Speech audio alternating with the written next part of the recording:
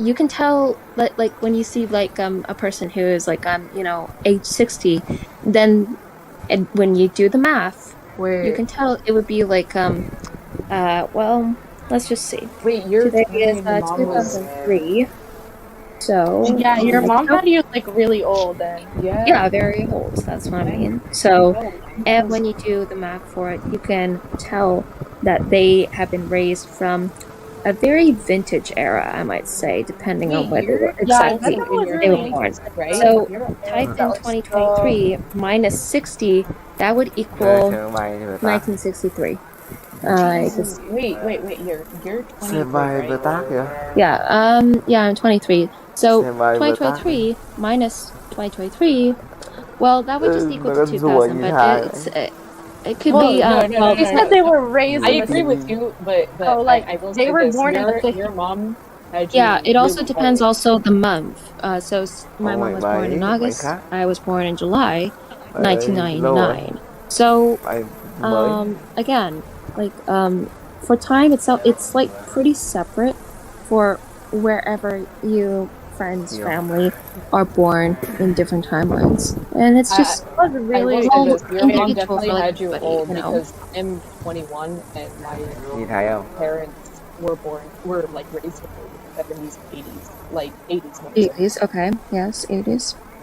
Yeah, honestly, I feel bad because that's like, it's already like hard enough for like a kid to like connect with their parents and for their parents to kind of understand what they're talking about. But having a parent, especially when different era, that must have been really understand on what kind of new mainstream stuff that the kid is getting into, because since it's 2020 or 2023, and we have whatever stuff that is going on right now that isn't what used to look like back in the 1960s, it's probably going to be a harder time for some My parents. grandma is not much older than your mom.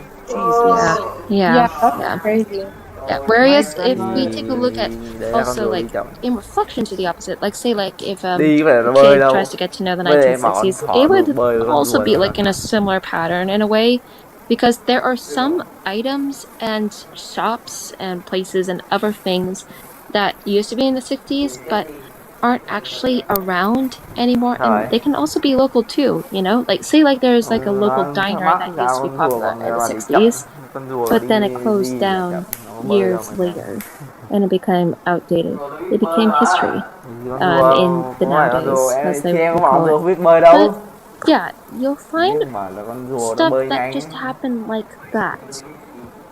Even when you go further into, well, I could say like 1910, because 1910 and further eras that were in the past used to have a lot of stuff that does not really exist anymore. So take it with a grain of salt, and keep it as a thing to remind yourself that things are constantly changing, and they are going to keep changing once we get to the 2030s, 2040s, 2050s, and so on. I remember being really into Zodiac when I was 12, but only for like a month. And then what happened was when I told my parents about it, they were like, "Oh, you mean this thing?" And then they showed me the whole like Hindu calendar, and then they actually.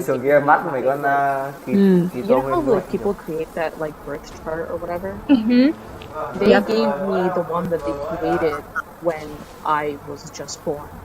Because the sun zodiac signs are based off of the Hindu zodiac signs, and my mom is Hindu, and so when I was born, my grandma was heavily Hindu, or she's still fucking alive. She's not even 70 years old.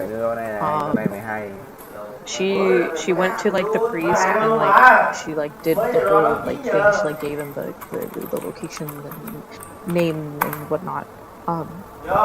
And it's like a literal booklet, and it's all written in like pure Hindi. So like I can't understand jack shit. Neither can my mom. My grandma barely understands pure Hindi. Like when we're talking pure Hindi, it's like pure, like most of Hindi is like anglicized now. Pure shit is like ancient. And my mom had to like actually bust out her literature book for this shit. And the funniest part was everything that it said in that book was like almost the exact opposite of what I turned out to be. May I ask what year of publication was that book made from?